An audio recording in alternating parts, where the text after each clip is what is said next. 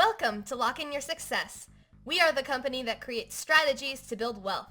This webinar reviews real-time hypothetical trades each week while analyzing market conditions with adjustments. Questions are always welcomed, asked, and answered. Before we get started, we need to go over our disclosures. Lock In Your Success LLC is not a broker-dealer or financial advisor. This presentation is for educational purposes only. This information is not an offer to buy, sell, or hold securities. You shall be fully responsible for any investment decision you make, and such decisions will be based solely on your evaluation of your financial circumstances, investment objectives, risk tolerance, and liquidity needs. Please visit cboe.com to find and review the options risk disclaimer prior to placing any trades. Also, please note that these are real-time but hypothetical computer-simulated trades and results. The trades are believed to be as accurately presented as possible, however, they are not guaranteed as to accuracy and therefore live results may vary. No representation is being made that any portfolio will or is likely to achieve profits or losses similar to those shown. Whew! Now that that's over, let's get to it. Here is your host, John Locke. Good morning, everyone. Welcome to the Options Trading for Income weekly webinar for May 31st, 2016. This is our episode number 569. Wow. If you're watching this on YouTube or some other venue, come on over to our website, lockinyoursuccess.com, L-O-C-K-E, inyoursuccess.com. Get your free report, 7 Secrets to Becoming a Successful Trader, and join our free community. Let's talk about what we have going on this month, or actually the month of June, which is coming up tomorrow. First of all, before I do get going, I'd like to thank all the men and women in our armed forces. I know it's a day late, but hope you had a great weekend this weekend. We have 21 days till the Trading Triangle Live in Hawaii, which essentially means that I'm going to be in Hawaii for almost half the month in June. So we're going to have some schedule changes, particularly for this morning webinar. We're going to have 2 days, the 20th and the 27th. We're going to cancel the live options trading for income sessions. I am going to put out a recorded session though, so for those of you who are premium members, you can take a look at our recorded session we're going to have for that. We are still going to have our community coaching on the 1st and 3rd Wednesday, which is going to be June 1st and June 15th. I am considering moving the 15th maybe to the 14th, but as of right now we're still on the 15th for that. We have our first class for the Broken Wing Butterfly Master Track series on June 8th for our Premium Plus members.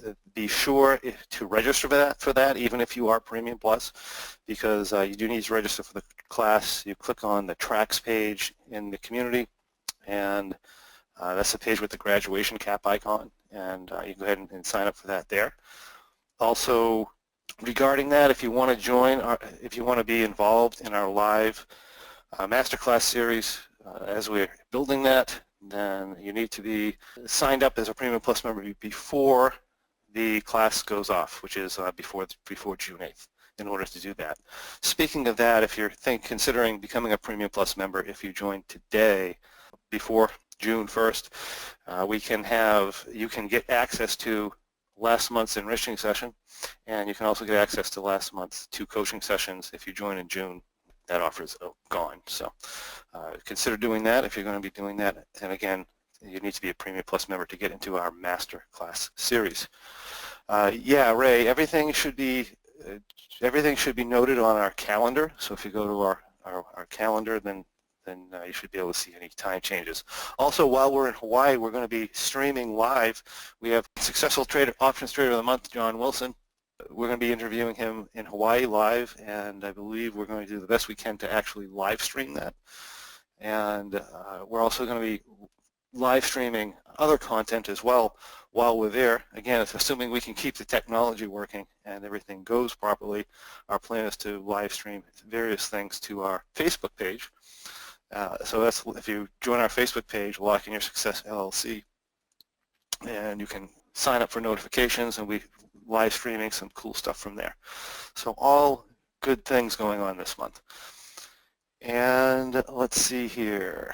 I'm just looking at my notes, see if I have anything else that we have going on. I believe that's it. Sherry, if I missed anything, feel free to break in here and let me know. I just want to make sure we cover everything. Okay, well let me just clarify, because if you sign up today, you get all of May's sessions. I think John had mentioned For previous Premium month. Plus, right? Yep. Correct. So if you signed up today, you would get May's 2 community coaching sessions and the enriching session that we had in May. So just want to clarify. Okay, great. Plus you get to attend the Working with Butterfly Masterclass, assuming you sign up for it, so make sure you go ahead and do that. And there's John Wilson for us, so we'll be seeing him in Hawaii.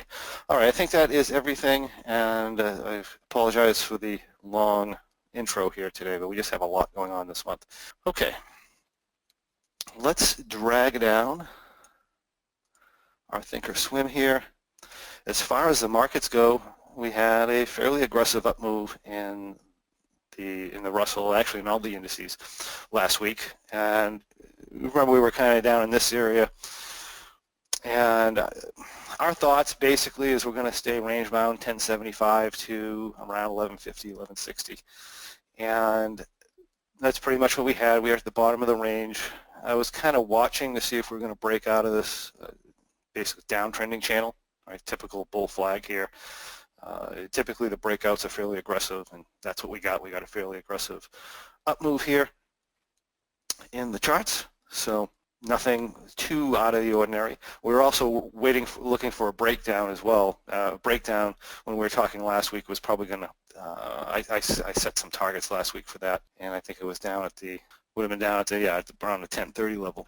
Should this have broken down, but it held, and again, that's not too surprising. We're seeing pretty low volume down in this area. So nothing unusual. Going forward, I expect to see the same thing. We may pull a little bit higher. I would expect us to pull into this range here at, what's the top of this range, 1156. That would be expected. Anything higher than that, let's see where we're going if we can break out higher.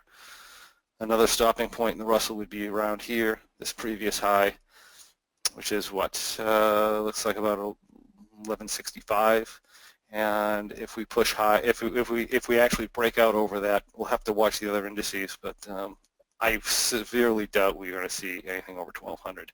We may take a push up into this 1160 area, but that's probably as high as we're going to go. And my primary thought is we're going to stay range bound here between this 1160 and 1075 or 1080. That's the way I think it's going to continue going. Same thing in the SPX here. It would make sense for us to pull up into this upper resistance area, and we actually have had a penetration of that already, so possibly a little bit higher. Then we'll probably again continue range bound sideways. We have the Dow probably pull up into this 18,000, continue sideways, and an NDX actually did have a bit of a breakout here. So this is kind of a, it's interesting that the NDX is a tad over its resistance point. You can argue, if you're a chartist, you can also argue that the actual resistance point is up in here, which we're pretty much at that now. So if this breaks higher, we're coming 55, 75 probably. So that is what I'm thinking with the markets going. Things will change if we're watching the SPX, right? The SPX looks the strongest. If the SPX decides to try and test all-time highs, we may get some higher movements in the indices. But I would expect XPX to come up and probably tag this previous high here that we set back in April, at least on an intraday level, before it runs sideways. We start breaking higher than that. Again, that's a concern. We break into all-time highs, and the market's probably going higher. So that's my thing. And then, of course, we have to watch these lows. Other than that, we are pretty much sideways here. So just asking, did I desire? Oh, okay. All right. So I'm getting asked for the webcam, which I completely forgot. So we'll try that. We'll see how that goes here. All righty. So there we are. All right. So let's see. If the SPX breaks to all-time highs, won't that drag the run up with it and out of range? Yes. Yeah. If we do get breakouts of the SPX to all-time highs, certainly. That's not till 2130 though. So that's realistically, it's going to break the Russell out of range if it goes for all-time highs. It'll probably bring the Russell into this area here, like 1170, 1180, 1190 if the SPX breaks its April highs, and if it goes all-time highs, then yeah, we'll be up into here. I doubt that's going to happen. You never know. The market's going to do what the market's going to do, but it's very unlikely that that's going to happen. So those are my thoughts on the markets. I think we're pretty much topped out short term, and we're likely to head back down to our support point again. So as far as our trades that we had on last week, we had a June bearish butterfly, and we looked like this as of Friday. You know, Friday is our 21 days expiration exit point. Realistically, I probably would have exited this a little bit earlier in the week at a better profit number, especially when the market started taking off, particularly on Tuesday, and we had the breakout of that downtrend channel. But that said, we held till Friday. I exited this midday Friday, and the final number here was just a little bit over 10%. It was like 10.2%. So very easy trade here. We entered the trade, we exited the trade. Very flat month, good month for those types of trades. And so that's it. That one's in the books. If we look at our June M3, we did get some movement here. So let's go back to Monday. We recently saw a few days where the Russell moved up more points than the SPX. Does that mean anything? Okay, so that's just a comment from Andrew. If we go back to here, the thing with the Russell is it's kind of and this is the way the Russell reacts in general. It kind of tends to follow. It kind of tends to lead the market in a way and follow the market in other ways. So by that I mean is you'll get moves up in the Russell a lot of times, and the market or the small cap traders are expecting the general market to follow, and it'll continue to do that. And then the Russell will slow down, and then the regular market will catch up to it. And what we had last week is we had the Russell traders basically assuming the market's going to go down because it was leading down. And then when the SPX or the other indices flip around, you'll get a stronger than normal reversal in the small caps, because everybody's like, oh, well, no, they thought the market was going down, and now they think the market's going the other way, and you'll get this really large, disproportionate move in the small caps, and it's just a directional shift, where essentially the small cap buyers came in line with the mid cap buyers, and you'll get a large move. So realistically, what's going to happen is they're going to try and come into, and you'll see this, you'll notice this if you watch cross-index analysis.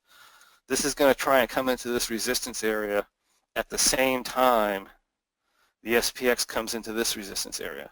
So all it was doing, it was catching up, right? If the Russell had broken out, that might be a different story, but all we had is the Russell trying to catch up with the SPX, and now they're pretty much in sync.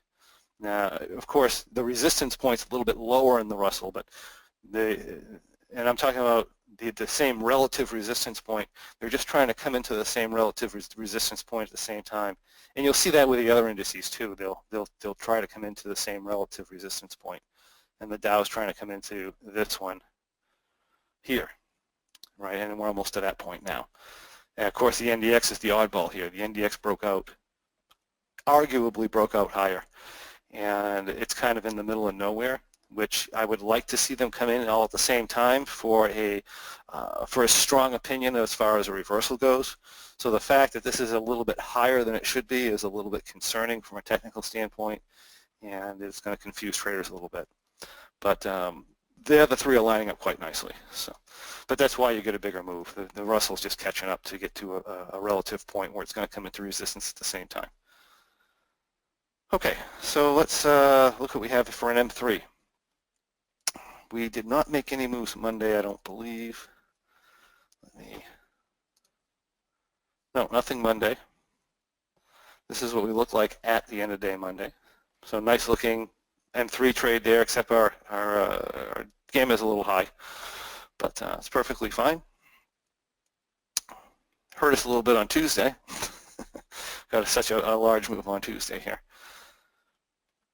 but this is where we were as of end of day Tuesday. We got this large up move, threw us outside the tent.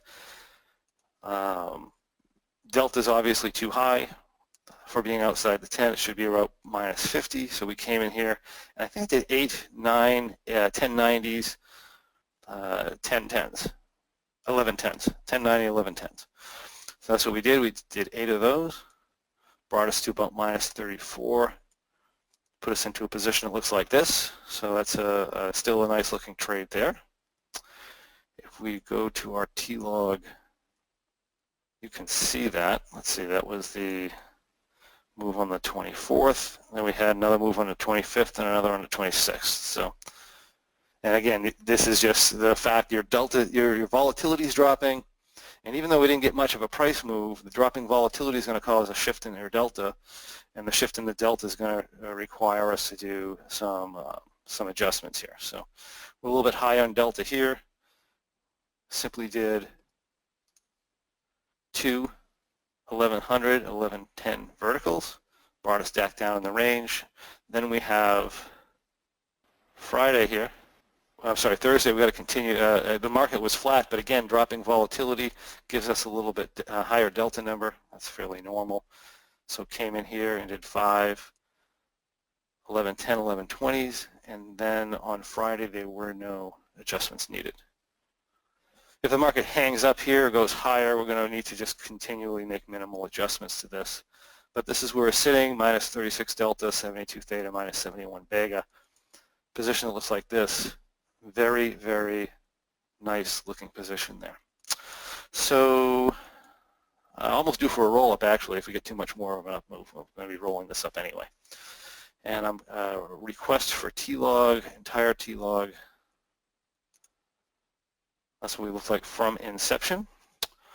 We started at on the 22nd, and this is what we look like here. And M3 last T-log needs to be added to the recon list. I'm not sure what that means, Ray, but if you can email to Sherry, it looks like I have the R column checked. Oh no, I don't. Oh, and now I lost the T-log. Well, that's nice. All right. So OptionView has been doing some funny stuff lately, and I lost a T-log on another M3 trade in June. Hopefully we don't lose this one. It looks like we may have. If I did, I'm going to have to maybe rebuild that. Okay, so let's move on here. We're going to move to, oh, I see. It added another June M3 trade in. So yeah, so June M3, I do want this capital under 50,000. It is currently under 50,000. As of all the adjustments here, we have a maximum capital in this trade of about 43,000. If we get more than that, then yeah, we'll correct the capital.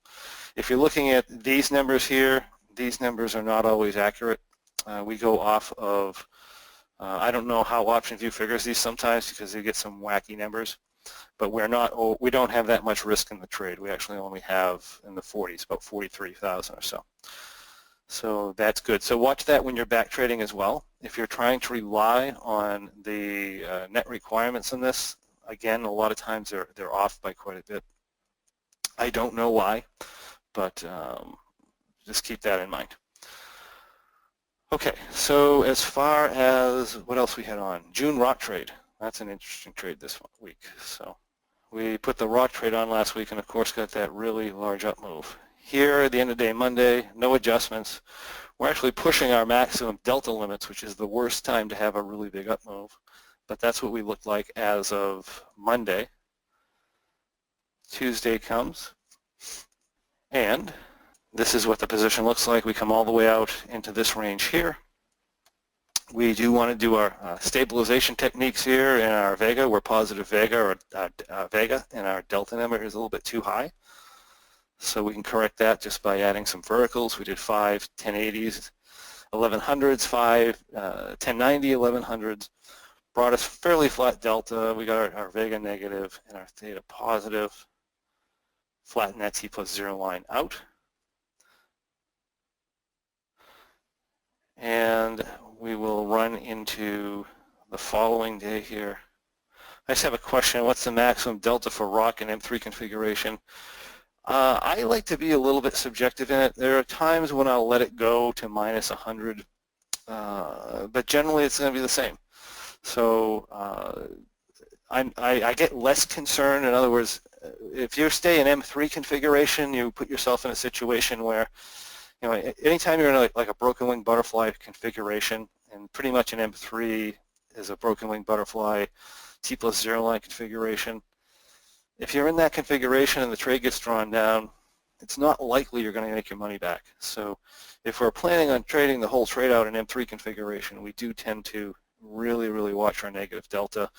If we're on, if we're in a rock trade, I'm a little bit less concerned because I know if the market continues to go up, I'm going to go into a more aggressive configuration. I'll be able to pull the trade back a little easier. Now here on Monday, right, if this was an M3 trade, if this was a straight M3 trade, I probably would have done something with this. Here's what we look like. We're minus 70 delta. Realistically, it's minus 100 here, it's minus 75 here is the official points. But I'm also looking at how much I'm drawing down if the market moves up, say 30 points.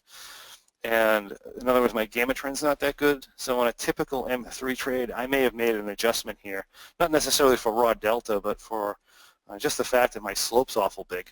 And I probably would have made, since I'm inside the tent, I probably would have made an adjustment here. You know, even if it was only 3 contracts, just to bring my delta down to something a little bit more reasonable without hurting my downside. I probably would have gone even maybe a little more aggressive than that if this was an M3 trade, right? So from a delta only standpoint, because we have more criteria than delta only in an M3, and we have more criteria than delta only in a rock trade as well. But I mean, we primarily talk about delta, but we also have you know, what's the slope of the T+0 line? And I could have corrected the slope of my T+0 line like this. So I probably would have done that if that was an M3 trade. But being a rock trade, I'm a little bit less concerned about that. But certainly we get out here, okay, and we look at the combination of what we have. We have, before adjustment, we have minus 85 delta, which for an M3 trade minus 50, we're going to be doing something in this location. We have pretty bad gamma issue going on here, where if the market continues up, we're going to really start to lose out on this. So the combination of those factors, even though in some cases I might let this go minus 100 on a rock trade, in this particular case I wouldn't be minus 100 here in this location, mainly because of the slope of the line and so forth, and how much money, how much potential money you're going to lose if it continues up. So I made that adjustment on Tuesday just to flatten that out. Plus we were positive vega, which we don't allow positive vega in even a rock trade, so for any length of time. So that's why that was done there. And then Wednesday, let's see, we have something Wednesday. Okay, yeah, so Wednesday with the continue up move, we actually outran our butterfly here. We're more than 10 points over, so it's transition time. The time of day, here's the T-log for this. Time of day for everything was 3:30, so everything was done at the normal time here. So at 3:30, we transitioned this over, sold out, basically closed the position here, went into 10 1120s and 5 1160s, and you know, most of the time too, our experienced rock traders are not necessarily going to be transitioning completely over to a rock trade from an M3 all at once. A lot of times we're going to do what we call a gradual transition into a rock trade.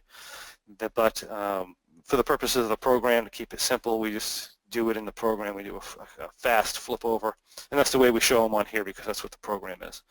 So transitioned over to here. My delta's a touch low, but I really like to get into 5 of these contracts if I can. So I like to be 10 and 5. If it was under 100, I probably would have done 4 contracts. Where this is kind of borderline about as high as I'll let it go. So that is the the rock transition, and from there were no further adjustments. We had a flat day on Friday, I believe. I'm sorry, on Thursday, right? Yeah, 70 cents on Thursday. Here's what it looked like on Thursday. And then, of course, we had the up move on Friday, which didn't do us any good, being this negative delta. But we're still within tolerance here. We're down $183. We look like this. If we get a, if this support area holds, the resistance area holds, and we stay range bound, this will be a really good trade this month. So, so I'm liking it. I'm liking it thus far. And that is where we stand for our June rock trade. And then we have a June Vcondor, which got nothing. So we're up about $2,000 in our June Vcondor. We're still a little bit positive delta. Unfortunately, we had to buy back one of these puts. We just barely hit an adjustment point before a reversal on this. We would have been better off had we obviously not had to do that. But either way, this is what our current position looks like. And this is still looking like a fairly strong trade, particularly if we just get a slow grind up here.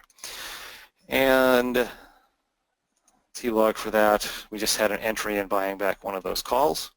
So straightforward with that one. And that is everything we have for June. So we're out of one. The other three actually look looking okay. If we look into July,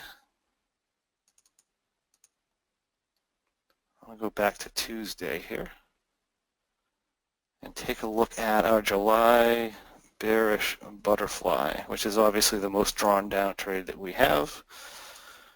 On Tuesday, with the 24-point up move, we did exceed an add point here.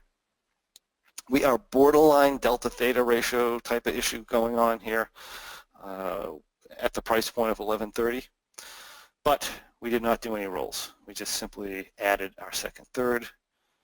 Our delta theta numbers are pretty much okay at this point. And this is what our trade looks like. And that, I believe, was the only move for the week, except, let's see, so let's just go to Friday here. I just wanted to point out that we are running into a delta theta issue right now. So we have an add point over 1150. We have minus 224 delta and 25 here, which is going to be, we do have a more than a 1.5 to 1 delta theta ratio. So technically this is due for a roll. A lot of times what I'll do with this position, and it's fairly normal, and you'll see if you look through past videos, we will hold this with a delta theta problem until the add point, because we're so close to an add point. We're going to be at an add point if we close $2 higher here, or at least if we're $2 higher at 330. So that being the case, when we do add, if we get to the point where we have to add to this, we're going to roll up to here. We're going to add at 1150. But as of right now, we are just going to hold this position here. This is what we look like. And let me just quickly get the T-log. This is what we have for T-log here. So pretty simple trade thus far. We're down less than 1/3 of maximum loss, and that is pretty good for the size move we had last week. And then of course we have an M3 that was on in July, which got no adjustments till Friday. So we'll just stay here. This trade was at 14 contracts, 1080 shorts. We exceeded 10 points past the long strike. We had our delta was too high, needed an adjustment. I just did the roll up. So sold off these 14 butterflies, bought 10, 11, 10 butterflies, kept our delta. That's actually,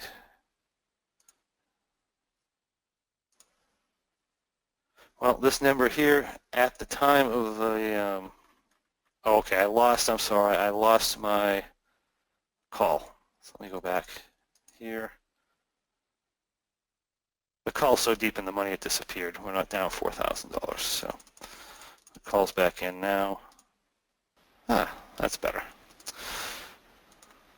So here's our call. It's way down in here. That's why they're losing it on us. So this is the position after adjustment. Let me go before the adjustment now. This is the position before adjustment. We didn't have a delta issue, but we had a Vega problem here. We're 10 points past the long. Again, time for a roll-up. We do the roll-up, commit to here. We're still about minus 20 delta. 10 contracts, 11.10. We have our call now. Here is what we look like. So still a decent looking position. It's drawn down a little bit because of the large up move, and we're at negative delta. So that is where we stand on our M3 trade. Here is the T-log. And let's see what else we got going on here. We have July Vcondor, which is getting beat up also. So if we take a look at our July Vcondor, this looks like this right here. We had an adjustment on this. I said it was Friday, but it wasn't Friday. It was the 26th. So the 26th would have been Thursday. So let's go back to Thursday. We're had a really aggressive fast up move just after entry. Okay, we entered this on, I think, last Friday. So very aggressive up move after entry, and you will draw down some. So here, before adjustment, we've exceeded our maximum delta of 100. We do have a maximum delta theta ratio on our V trade. We're close. So we're close to doing an actual roll up here. And I bought back these two. Again, our delta is almost the same as our theta. Generally, if we get around 1-to-1, we're going to be looking at taking this whole position and moving it higher. But this is where we stand now. And then as of Friday, see, we're drawing down what? We're drawing down about $1,200. We're within delta guidelines. We're in delta theta guidelines. But essentially, any kind of an up move here, if we get another 10 points today, for example, we're probably going to end up doing a roll-up on this, which I would actually prefer to do at this point. I think it would make sense to take this and do a roll-up on the Vcondor. But the rules haven't triggered it yet, so we have not done that. And this, thus far, is our position here. All right, that is all our positions. If we do not have any further questions, thank you for joining me today. We have a really exciting month coming up next month, and I encourage you to join in everything you can. So join our Facebook page, Locking Your Success LLC Facebook page, get some live streaming from the event. If you are interested, if it's for you, come into our Premium Plus. Today's a good day to do it. So, all right, thanks everyone. We will talk to you next week.